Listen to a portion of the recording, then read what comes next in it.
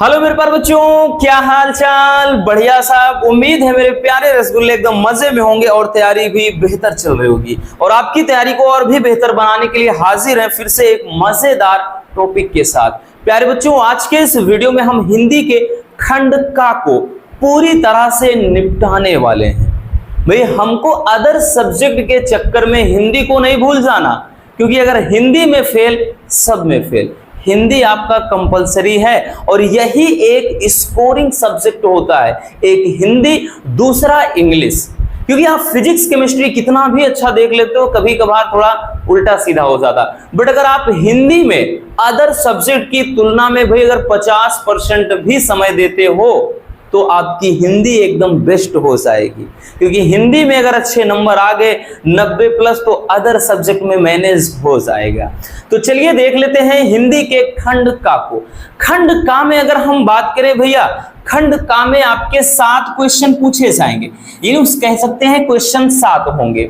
अब इसमें का खा करके भी रहेगा, 7 होंगे और इन 7 क्वेश्चन के ही मदद से आपको भाई 50 नंबर मिलेंगे। यानी खंड का 50 नंबर का होगा जो आपके टेक्स्ट बुक से होगा, और खंड खा जो होगा वो आपका उसमें ज्यादा ग्रामर वाले क्वेश्चन होंगे, यानी व्याकरण वाला। ठीक है, तो ये 50-50 का बन जाता है।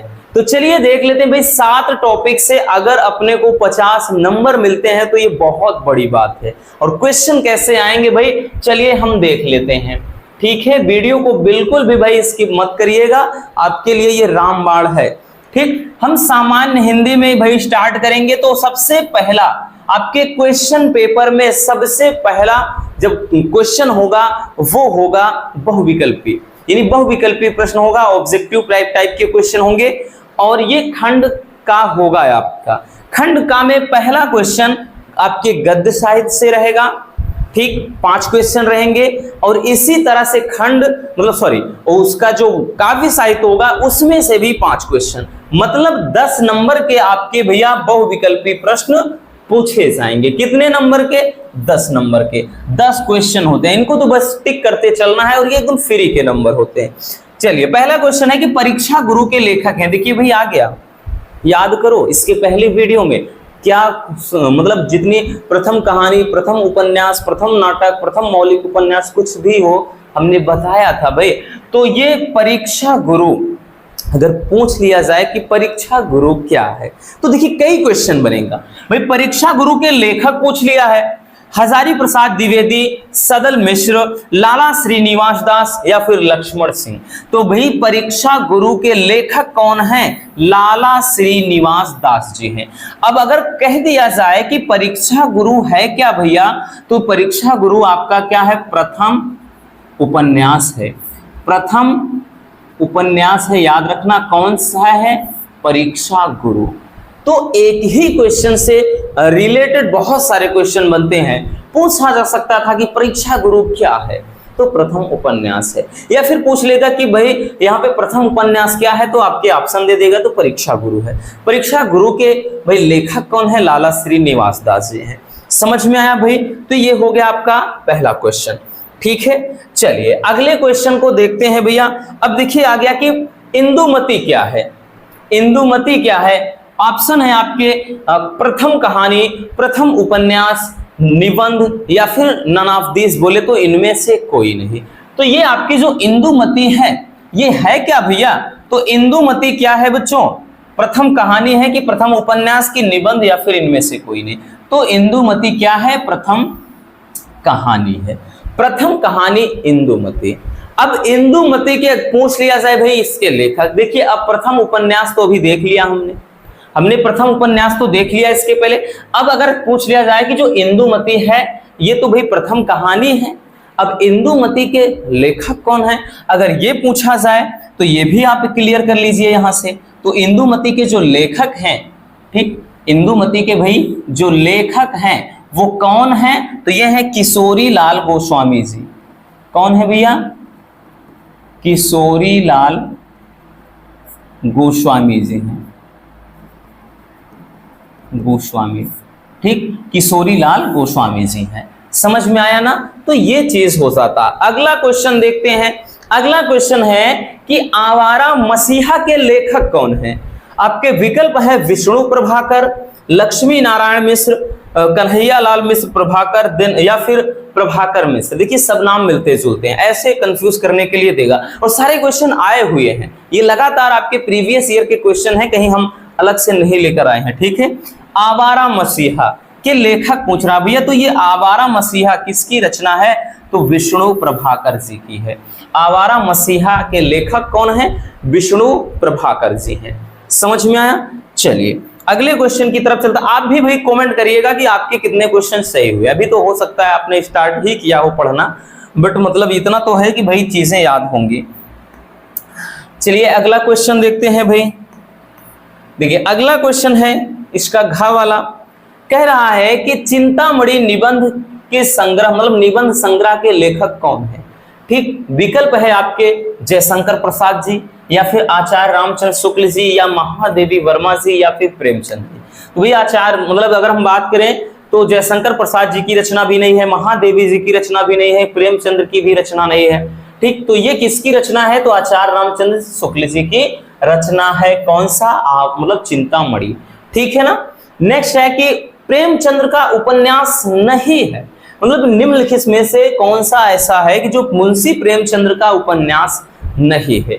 विकल्प है गोदान, निर्मला, रंगभूमि, त्यागपत्र। तो ध्यान देना भाई, मुंशी प्रेमचंद की जो है कि गोदान, गबन, सेवा सदन, ठीक, रंगभूमि, कर्मभूमि, निर्मला, करमला, सब करबला, ये सब याद रखना, ये सब इनकी रचना है।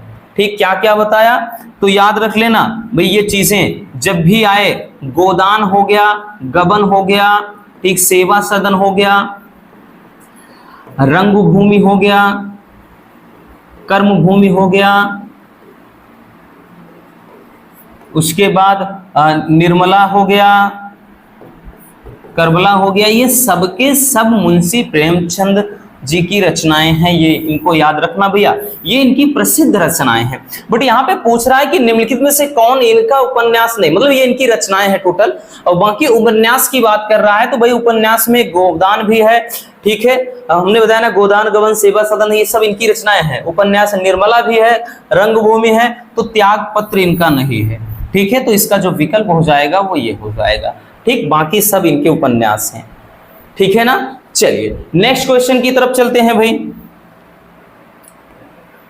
अगला क्वेश्चन आपका खा यानी दूसरे का आ गया भाई। दूसरे का मतलब ये दूसरे का आ गया आपका। ठीक, पहले में आपका जो था पहले का था, ये दूसरा क्वेश्चन है। ठीक है, अब यहां पर दूसरे का खा करके रहेगा। सुमित्रा नंदन पंत को किस रचना के लिए ज्ञानपीठ पुरस्कार मिला था? आ गया भाई, याद है ना, बताया था।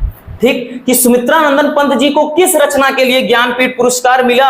ध्यान से समझिएगा, हमने बताया एक क्वेश्चन आपका इससे रिलेटेड देता है भैया। ज्ञानपीठ पुरस्कार की बात कर रहा है। ऑप्शन है लोकायतन, या फिर चिदंबरा, या फिर कला और बूढ़ा चांद, या फिर उर्वशी। तो आपको पता है ना कि भाई लोकायतन इनकी ही रचना, बट इसके लिए नहीं मिला था। किसके लिए मिला था? तो भाई चिदंबरा के लिए मिला था। इनको चिदंबरा के लिए ज्ञानपीठ पुरस्कार मिला था। अब यहां से सवाल उठता है कि कला और बूढ़ा चांद ये भी इन्हीं की रचना है भाई, इसके लिए इनको कुछ मिला था? बिल्कुल मिला था भैया। क्या मिला था? याद करो, साहित्य अकादमी पुरस्कार। इसके लिए क्या मिला था बच्चों? साहित्य अकादमी पुरस्कार। साहित्य अकादमी पुरस्कार, तो इसके लिए इनको साहित्य अकादमी पुरस्कार दिया गया था। अब उर्वशी की बात कर लें भाई, ये भी याद रखना। तो उर्वशी किसकी रचना है? तो ये है रामधारी सिंह दिनकर। तो उर्वशी के लिए भी ज्ञानपीठ पुरस्कार मिला था, लेकिन किनको मिला था? दिनकर जी को मिला था, क्योंकि ये रामधारी सिंह दिनकर जी की रचना है। तो मतलब इतना याद रखना। क्लियर है भाई? समझ में आया बच्चों? तो चीजें एकदम माइंड में स्टोर होती चली जाएंगी, डोंट वरी। नेक्स्ट है कि अष्टछाप के कवियों का जो संबंध है वगैरह की भक्ति काल की किस शाखा से है? यानी अष्टछाप क्या है? यानी इसमें 8 कवियों का समूह होता है। तो वही कह रहा है कि ये भक्ति काल की किस शाखा से है। यानी जो अष्टछाप में हम बात कर रहे हैं कि जो कवि थे, ठीक, अष्टछाप में जो कवि थे वो किस शाखा से रिलेटेड थे? तो भक्ति शाखा। भक्ति शाखा में भी कौन शाखा? ज्ञानाश्रयी, प्रेमाश्रयी, कृष्ण भक्ति शाखा, राम भक्ति शाखा। याद रखना भाई, जो अष्टछाप के कवि हैं ये सब इन्होंने प्रभु श्री कृष्ण की लीलाओं का वर्णन किया है, तो इनका संबंध किससे हो जाएगा भाई? कृष्ण भक्ति शाखा से हो जाएगा। आई बात समझ में? चलिए ठीक है, चलिए नेक्स्ट क्वेश्चन पे चलते हैं। अगला क्वेश्चन है गा वाला है कि हिंदी का प्रथम महाकाव्य कौन सा है? हिंदी का प्रथम महाकाव्य कौन सा है? विकल्प है आपका खुमान रासो, ठीक, अगला है बीशल देव रासो, पृथ्वीराज रासो, परमाल रासो, ठीक। तो याद रखना भाई, हिंदी का जो प्रथम महाकाव्य है पृथ्वीराज रासो। पृथ्वीराज रासो की बात करें भाई, तो अगर हम बात करें किसकी रचना है, ये प्रथम महाकाव्य कह रहा है, बट किसका ये महाकाव्य है? तो ये चंद बरदाई है, ठीक, चंद बरदाई, ठीक है। अब बाकी खुमान रासो किसकी है? तो ये है दलपति विजय की, ठीक, दलपति विजय, ठीक है। और उसके बाद बीसल देव, ये किसकी रचना है? तो भाई इसको मतलब अगर हम बात करें तो नरपति नाल, ये सब भी बताया है भैया, नरपति नाल, बट इस ऐसे फिर से दोबारा लिख दे रहे हैं तो अब तो एकदम दिक्कत नहीं होगी भाई, एकदम से दिक्कत गायब। नरपति नाल। परमाल रासो किसकी है? तो ये जगनिक की रचना है। अब भाई पूछेगा कहां से पूछेगा, पहले ये बताइए आप। हर एक चीज तो हम एकदम निपटा दे रहे हैं, सबका पोस्टमार्टम करेंगे आज, तो भाई कहां से पूछ सकता है? सवाल ही नहीं उठता कि कहीं से आपको परेशान कर दे, ठीक है। ऐसी न जाने भी कितनी वीडियो आएंगे जिसमें हर एक टॉपिक का निपटारा हो जाएगा। तो याद रखना भाई, कोई भी चीज आप सीखो बच्चों, उससे रिलेटेड चीजों को आप समझने का प्रयास करिए। भाई जब आप घर से निकलते हो क्या करते हो? जिसे नई नई जगह पर जाते हो, बहुत दूर का सफर तय करना, तो आप एक मतलब हर एक कोई भी चीज रास्ते में आपको कोई लैंडमार्क दिखाई पड़ता है तो आप मतलब वो याद करते चले जाते हो। हाँ, यहाँ पर बड़ी सी बिल्डिंग है, यहाँ पे ये फैक्ट्री लगी है, यहाँ पे एक बड़ा सा तालाब है, यहाँ पर दाहिने मुड़ना है, यहाँ से बाएं मुड़ना है, मतलब आप जो मेन रोड से रिलेटेड छोटी छोटी चीजें वो भी याद करते चलते हो। तो वही काम आपको ये इसमें करना है भाई। आपने पता चला हिंदी का महाकाव्य रट लिया कि भाई पृथ्वीराज रासो है, किसकी रचना है पता ही नहीं। फिर आ गया चलिए खुमान रासो आ गया, तो भाई उनके भी पता चलना चाहिए किसकी रचना है। बीसल देव रासो किसकी रचना है, परमाल रासो किसकी रचना है। अगर आ गया ये किस काल के कवि हैं ये भी पूछ लिया तो भाई आदि काल के कवि हैं। समझ में आया भैया? चलिए, हरिऔध जी की कृति नहीं है, कह रहा निम्नलिखित में से कौन सी हरिऔध जी की कृति नहीं है। तो आपके सामने विकल्प है बच्चों, चोखे चौपदे, या फिर प्रिय प्रवास, या फिर चित्राधार, या फिर वैदेही वनवास। तो याद रखना, चौखे चौपदे ये भी इनकी है, प्रिय प्रवास ये भी इन्हीं की रचना है, वैदेही वनवास ये भी इन्हीं की रचना है। तो चित्राधार नहीं होगा क्योंकि ये मुंशी जयशंकर प्रसाद जी की रचना है, ठीक है ना। ये हरिऔध जी की नहीं बल्कि जयशंकर प्रसाद जी की रचना है, तो यही इनकी कृति नहीं है, बाकी सब हरिऔध जी की रचना है। क्लियर हो गया भाई? चलिए बच्चों, अब चलते हैं भाई हम नेक्स्ट टॉपिक पर। देखिए, कह रहा है कि हिंदी साहित्य के किस काल को स्वर्ण काल कहा गया है, ठीक, मतलब किस काल को स्वर्ण काल कहा जाता है। आपके विकल्प हैं आदिकाल, भक्ति काल, रीति काल, आधुनिक काल। तो ध्यान देना, हिंदी साहित्य का जो ये भक्ति काल है इसी को स्वर्ण काल कहा जाता है, ठीक। तो ये आपका हिंदी गद्य साहित्य और काव्य साहित्य के मिला करके आपके 10 क्वेश्चन हो गए, प्रत्येक 10 नंबर के, यानी एक एक नंबर का मिलाकर, यानी प्रत्येक एक नंबर का है, सब मिलाकर 10 नंबर आपके यहां से गद्य और पद्य के इस तरह से मिल जाएंगे। क्लियर? चलिए भाई, अब हम चलते हैं नेक्स्ट। अब हमारा आएगा तीसरा क्वेश्चन। पहले में आपका हो गया, दूसरा हो गया, तीसरा। अब तीसरा क्वेश्चन आएगा कि निम्नलिखित या फिर दिए गए गद्यांश पर आधारित निम्नलिखित प्रश्नों के उत्तर दीजिए। जो आपका गद्य साहित्य रहेगा, यानी जो बुक रहेगा गद्य वाला, उसमें से आपके 2 देगा भैया, 2 आपके गद्यांश दिया रहेगा। आपका अथवा करके भी एक रहेगा, हमने तो यहाँ पर एक ही लिखा है, बट आपका वहां ऑप्शन रहेगा, विकल्प रहेगा, इसलिए टेंशन नहीं लेना है।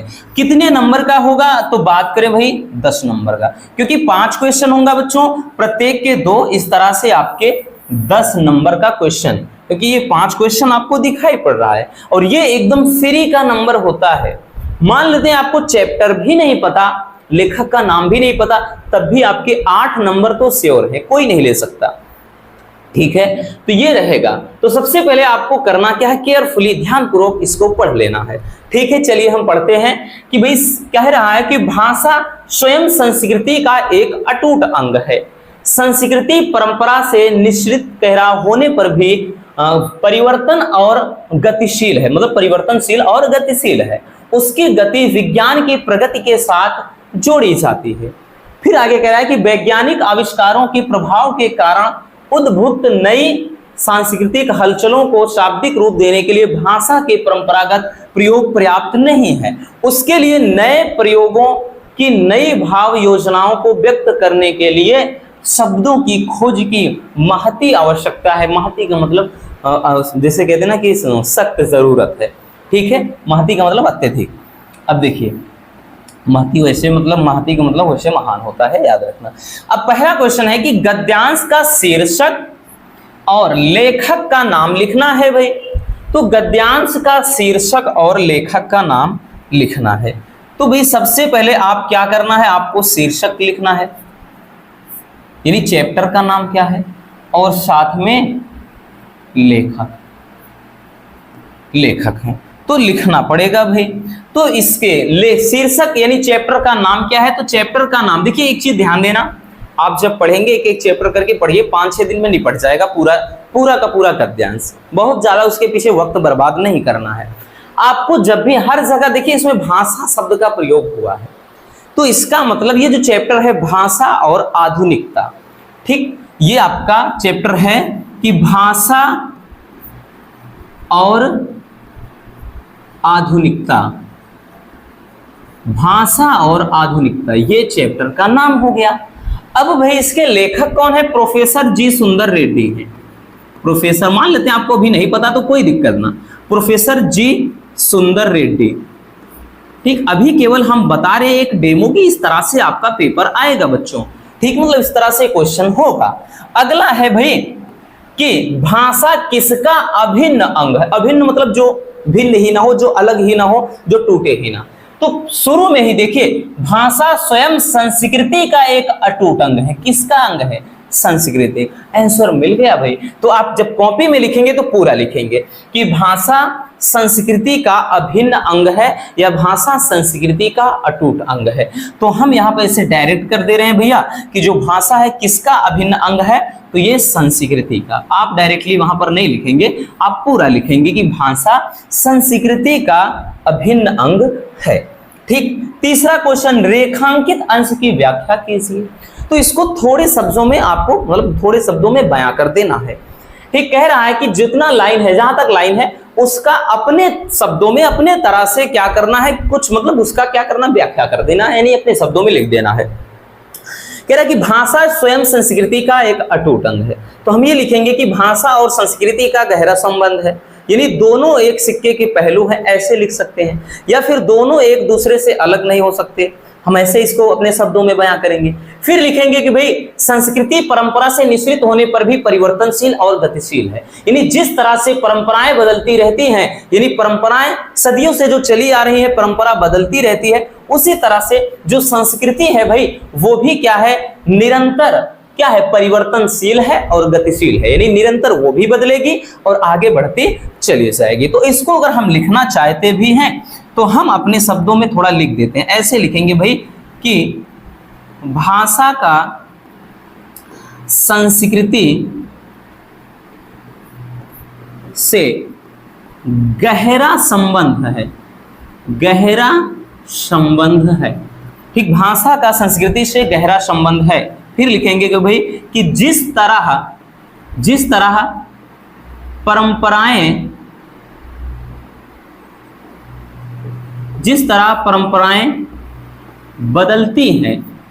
परंपराएं बदलती हैं, उसी तरह संस्कृति भी बदलती है। तो मतलब कुछ भी अपने शब्दों से थोड़ा इसी को मतलब अपने तरीके से लिख देना है बस। आगे है अद्भुत, अद्भुत नहीं है भाई, उद्भुत है, यहां पर ध्यान देना, थोड़ा मिसप्रिंट हो गया भैया। तो यहां पर अद्भुत नहीं बच्चों बल्कि उद्भूत है। चलिए इसको बना दे रहे हैं कि भाई उद्भुत और परंपरागत का अर्थ क्या है। तो उद्भुत का मतलब होता है भैया उत्पन्न करना, ठीक, प्रकट करना। क्या है जो ये आपका उद्भुत दिखाई पड़ रहा है, उद्भुत, और एक है परंपरागत। उद्भुत और परंपरागत। तो बच्चों उद्भुत का मतलब होता है उत्पन्न होना, जनरेट होना भाई, उत्पन्न होना। क्योंकि यहां पर कह रहा है ना कि मतलब प्रभाव के कारण ही उद्भुत नई सांस्कृतिक, यानी यही जो नए सांस्कृतिक रूप होता है वो उत्पन्न होता है, उत्पन्न होना। परंपरागत का मतलब क्या होता है, मतलब चली आ रही, सदियों से चली आ रही, जो भी चला आ रहा है वो परंपरा है। तो यहां पर लिख सकते हैं परंपरा से चली आ रही, से चली आ रही, चली आ रही, परंपरा से चली आ रही, तो वो होता है परंपरागत, ठीक है ना। तो देखा भाई इसमें कुछ कठिन है नहीं है भैया, सब इसी में आंसर मिल रहा है कि कह रहा संस्कृति की प्रमुख विशेषताएं क्या है। देखिए शुरू में ही है कि संस्कृति परंपरा से मिश्रित होने पर भी परिवर्तनशील और गतिशील है। तो इसकी विशेषता क्या है कि जो संस्कृति है वो परिवर्तनशील है और दूसरा क्या है वो गतिशील है।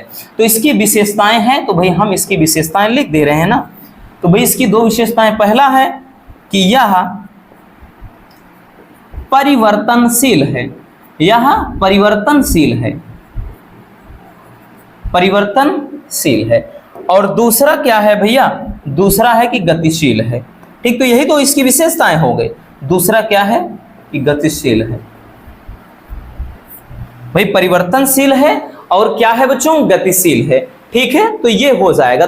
तो इस तरीके से अपने को जो गद्यांश है उसको सॉल्व करना है और आपको पूरे मिल जाएंगे कितने, 10 नंबर। तो भाई 10 नंबर ये समझो फ्री फंड वाले होते हैं।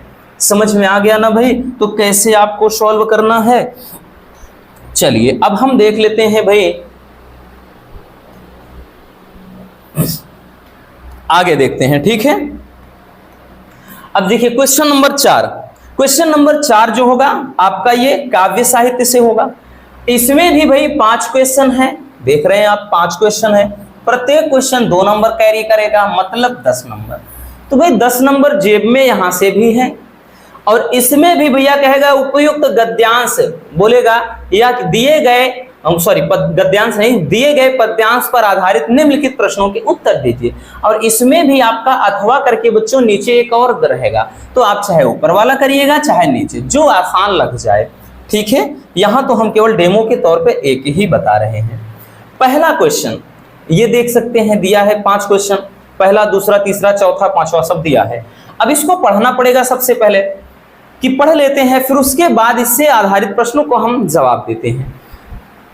कह रहा है कि बस मैंने इसका बाह्य मात्र ही देखा, दृढ़ हृदय ना देखा, मृदुल गात्र ही देखा, परमार्थ ना देखा, पूर्ण स्वार्थ ही साधा, इस कारण ही तो हाय आज यह बाधा। युग युग तक चलती रहे कठोर कहानी, रघुकुल में भी थी एक अभागिन रानी, और निज जन्म जन्म में सुने जीव यह मेरा, धिक्कार उसे था महास्वार्थ ने घेरा। तो ये है कैकेयी का अनुताप। आप भाई हिंदी पढ़ते होंगे, आप मतलब स्कूल कॉलेज में, या फिर वैसे भी अगर आप घर पे देखेंगे तो भाई कैकेयी का अनुताप पहला है पवन दूती का, फिर उसके बाद जो चैप्टर आता है आपका जो देखेंगे कैकेयी का अनुताप, तो उसमें क्या है, ये कैकेयी मतलब अपने किए पर बहुत ज्यादा मतलब शर्मिंदा है और वो पश्चाताप करना चाहती है। मतलब जब प्रभु श्री राम को वो वनवास के लिए भाई भेज देते हैं मंथरा के कहने से, ठीक है, तो वो क्या करते हैं, जब उनका खुद का लाल, खुद का बेटा ही जब क्या होता है कि बहुत ज्यादा नफरत करने लगता है कैकेयी से अपनी माँ से ही, तब क्या होता है कि वो जाते हैं जंगल में, वहां पर फिर सबको वापस बुलाने के लिए कि राम, लक्ष्मण और सीता जी को वापस लाया जाए। तो वो जंगल में जाती हैं, तो वहां पर तर्क वितर्क होता है, वाद विवाद, वहीं का ये सीन है। तो यहां पर वो कह रही हैं कि बस मैंने इसका बाह्य मात्र ही देखा, तो मैंने तो केवल भरत के बाहरी रूप को ही देखा, ठीक, दृढ़ हृदय ना देखा, मृदुल गात्र ही देखा, मैं इसके मन को ना जान सकी। मैंने तो केवल शरीर से ऊपर से देखा बस। भाई वो चाहती थी कि मेरा बेटा क्या हो जा रहा, आज गद्दी पास है, ठीक है। फिर आगे कह रहा परमार्थ ना देखा, पूर्ण स्वार्थ ही देखा। मैंने परमार्थ को नहीं देखा, मैंने केवल और केवल अपने स्वार्थ को ही समझा। इस कारण ही तो आज है यह बाधा, इसी कारण तो आज ये बाधा उत्पन्न हो गई है कि मेरा खुद का बेटा आज मुझसे नफरत कर रहा है। फिर युग युग तक चलती रहे कठोर कहानी, कहती है अब तो युगों युगों तक यही कहानी चलेगी कि रघुकुल में भी थी एक अभागिन रानी, कि रघुकुल में भी एक कैकेयी नाम की अभागिन रानी रहा करती थी। फिर आगे कहा कि निज जन्म जन्म में सुने जीव यह मेरा, अब जन्मों जन्मांतर तक बस यही होगा।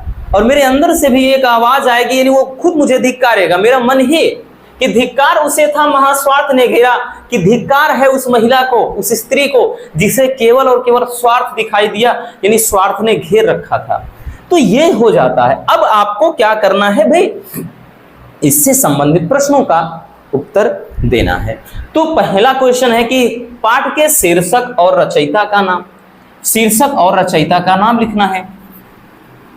तो भाई शीर्षक यानी जो है चैप्टर का नाम क्या है, और उसके बाद इसके जो कवि हैं, इसके कवि कौन है। तो यहां पर हम लिखेंगे भाई, कुछ नहीं करना, बस ऐसे ये नहीं लिखना है, जब कहेगा संदर्भ लिखिए तब आप लिखेंगे कि उपयुक्त पद्यांश हमारी पाठ्य पुस्तक सामान्य हिंदी के मतलब फला चैप्टर से लिया गया है, इसके रचनाकार ये हैं वो हैं, ऐसे लिखना। बट अगर डायरेक्टली ऐसा कह दिया जाता है तो बबुआ आप क्या करिएगा, शीर्षक लिखिए और उसके बाद काव्य लिखिए, फटाक से लिख दीजिए, इतना ड्रामा करने की जरूरत नहीं है। तो शीर्षक क्या है भाई, चैप्टर का नाम है कैकेयी का अनुताप। कैकेयी का अनुताप, अनुताप का मतलब होता है पश्चाताप, कैकेयी का अनुताप। कवि कौन है, तो भाई ये है मतलब मैथिली शरण गुप्त जी हैं। कौन है, मैथिली शरण गुप्त। तो मैथिली शरण गुप्त जी हैं, तो ये हो जाएगा पहला, ठीक।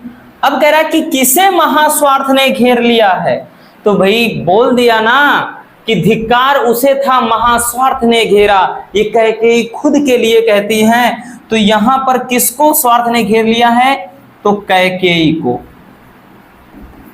कैकेयी को। बट आप जब आंसर में लिखेंगे कॉपी में तो लिखेंगे कि कैकेयी को महास्वार्थ ने घेर लिया है, बस हो गया। अगला कह रहा कि युग युग तक कौन सी कठोर कहानी चलती रहेगी, तो क्या है रसगुल्लो, सीधा बोला है कि युग युग तक चलती रहे कठोर कहानी, और रघुकुल में भी थी एक अभागिन रानी, कि यहां पर क्या हो जाएगा, यही कहानी चलेगी कि रघुकुल में भी एक अभागिन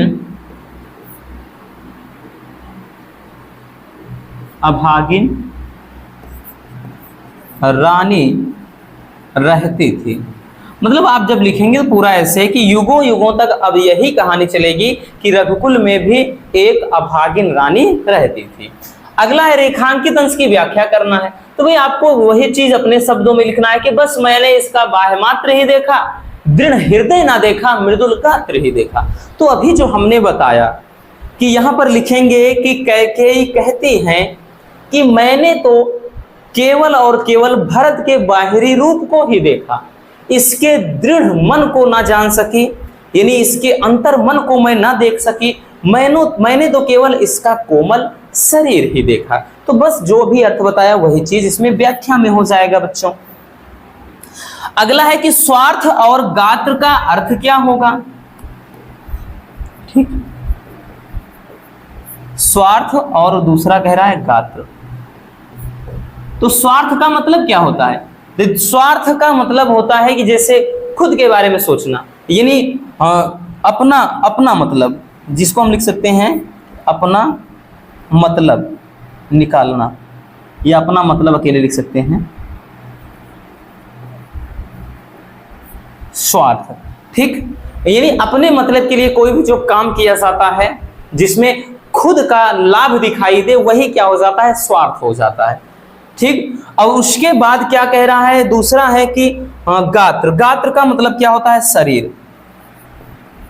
मृदुल गात्र ही देखा, यानी केवल वो क्या करते हैं कि भरत को बाहरी रूप से ही देख लेते हैं, हाँ ये ऐसा है वैसा है, ठीक। मन में क्या चल रहा है उनको तो भाई मन में क्या है, भाई के लिए बड़ा ही प्रेम भरा हुआ है, ठीक। वो कहते हैं अगर प्रभु श्री राम नहीं लौटेंगे तो भाई मैं तो गद्दी पर बैठूंगा नहीं, तुमको तुम्हारा कभी मुंह नहीं देखूंगा, ये करूंगा वो करूंगा। तो इसीलिए कैकेयी को के अंदर ये सब परिवर्तन आता है, ठीक। तो इस तरीके से भैया क्या करना है आपको, मतलब पद्यांश वाले को भी निपटाना है, ठीक है। चलिए अब चलते हैं पांचवें क्वेश्चन की तरफ।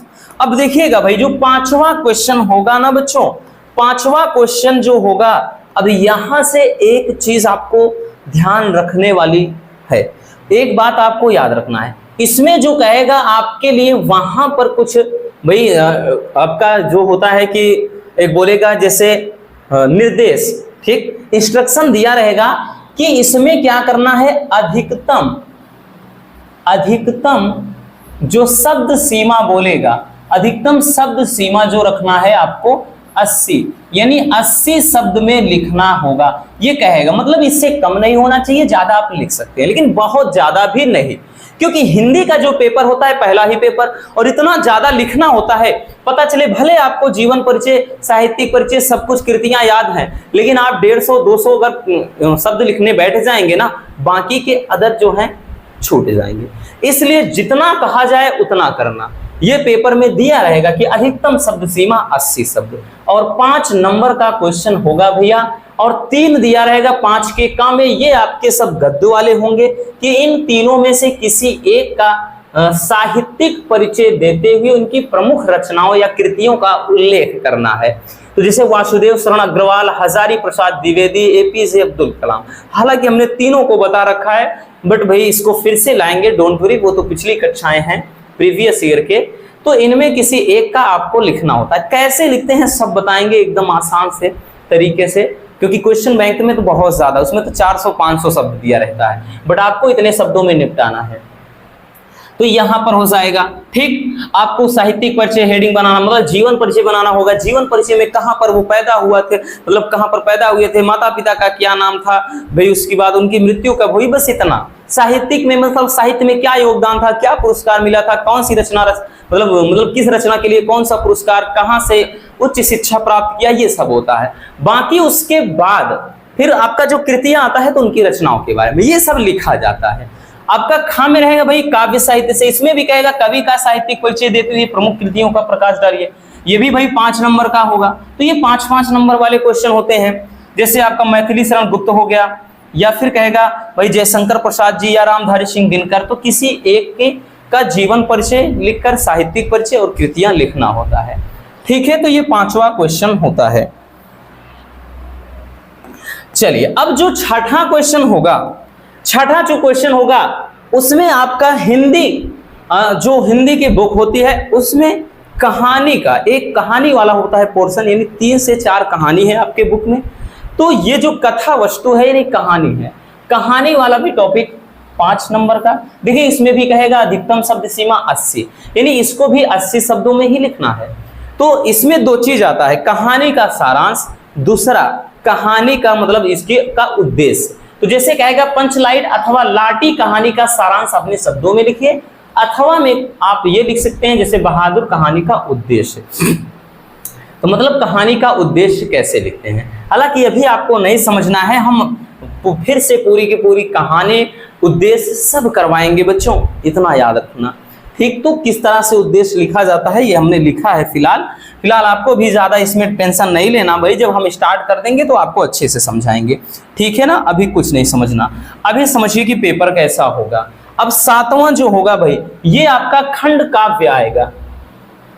इसमें भी सेम वही चीज, अधिकतम शब्द सीमा 80 लिखना है, 5 नंबर का क्वेश्चन होगा। तो आपके ये क्या होता है, हर डिस्ट्रिक्ट वाइज, मतलब डिस्ट्रिक्ट वाइज ये डिवाइड होता है कि हर जिले में अलग अलग चलता है, ठीक है। जैसे हमारे यहाँ की बात करें, यहाँ पे जहाँ हम हैं बोले तो प्रयागराज, तो भाई इस संगम नगरी में यानी प्रयागराज में चलता है आलोक वृत्त। तो भाई कहीं पर रश्मि रथी चलेगा, कहीं मुक्ति यज्ञ, कहीं सत्य की जीत, कहीं त्यागपति, कहीं आलोक वृत्त, कहीं श्रवण कुमार। तो इनमें से किसी एक, जैसे प्रयागराज में ये चलता है तो केवल ये वाला सेक्शन देखना है, बाकी थोड़ी ना देखना है। आपके यहाँ अगर रश्मि रथी चलता है तो आप इसको नहीं देखें, सत्य की जीत चलती है तो ये लिखेंगे नहीं। तो इसमें से संबंधित आपका क्वेश्चन कैसे रहेगा, कहेगा कि कोई कथा वस्तु का कोई भी कहानी का सारांश रहेगा, मतलब आपका कोई भी अध्याय रहेगा, जैसे दिया रहता है प्रथम चरण द्वितीय चरण ऐसे, या प्रथम सर्ग द्वितीय सर्ग तृतीय सर्ग, उसकी कथा वस्तु कहेगा। अथवा में दो क्वेश्चन रहेंगे भैया, दो में एक करना। अथवा में इसके पात्र का चरित्र चित्रण है, जैसे आपका आ गया कर्ण का चरित्र चित्रण आ गया, फिर उसके बाद जैसे आलोकवृत्त में आ गया कि भाई गांधी जी के चरित्र चित्रण आ गया, श्रवण कुमार का चरित्र चित्रण, तो ऐसे तो दो क्वेश्चन दो में अथवा में रहेगा, एक करना होगा, 5 नंबर मिलते हैं। तो इस तरीके से आपका हिंदी, सामान्य हिंदी का जो खंड का है समाप्त होता है। इन सारे टॉपिक से मिलाकर आपके 50 नंबर जो है मिलेंगे बोर्ड एग्जाम में। तो भैया आप खुद देख सकते हैं, आप खुद देख सकते हैं भैया कि इसमें क्या कुछ करना था, कुछ भी नहीं है, बस थोड़ा मेहनत, 1 महीने में ये निपट जाएगा, याद रखना, ठीक है। तो बस आज के इस वीडियो में इतना ही। उम्मीद है ये वीडियो आपके लिए काफी ज्यादा हेल्पफुल रही होगी। अगर वीडियो पसंद आई हो तो प्यार से एक लाइक जरूर कर देना। मिलते हैं किसी और ऐसे शानदार टॉपिक के साथ। Love you, bye bye, take care. और हाँ, एक प्यारा सा कमेंट बॉक्स में छोड़ दीजिएगा।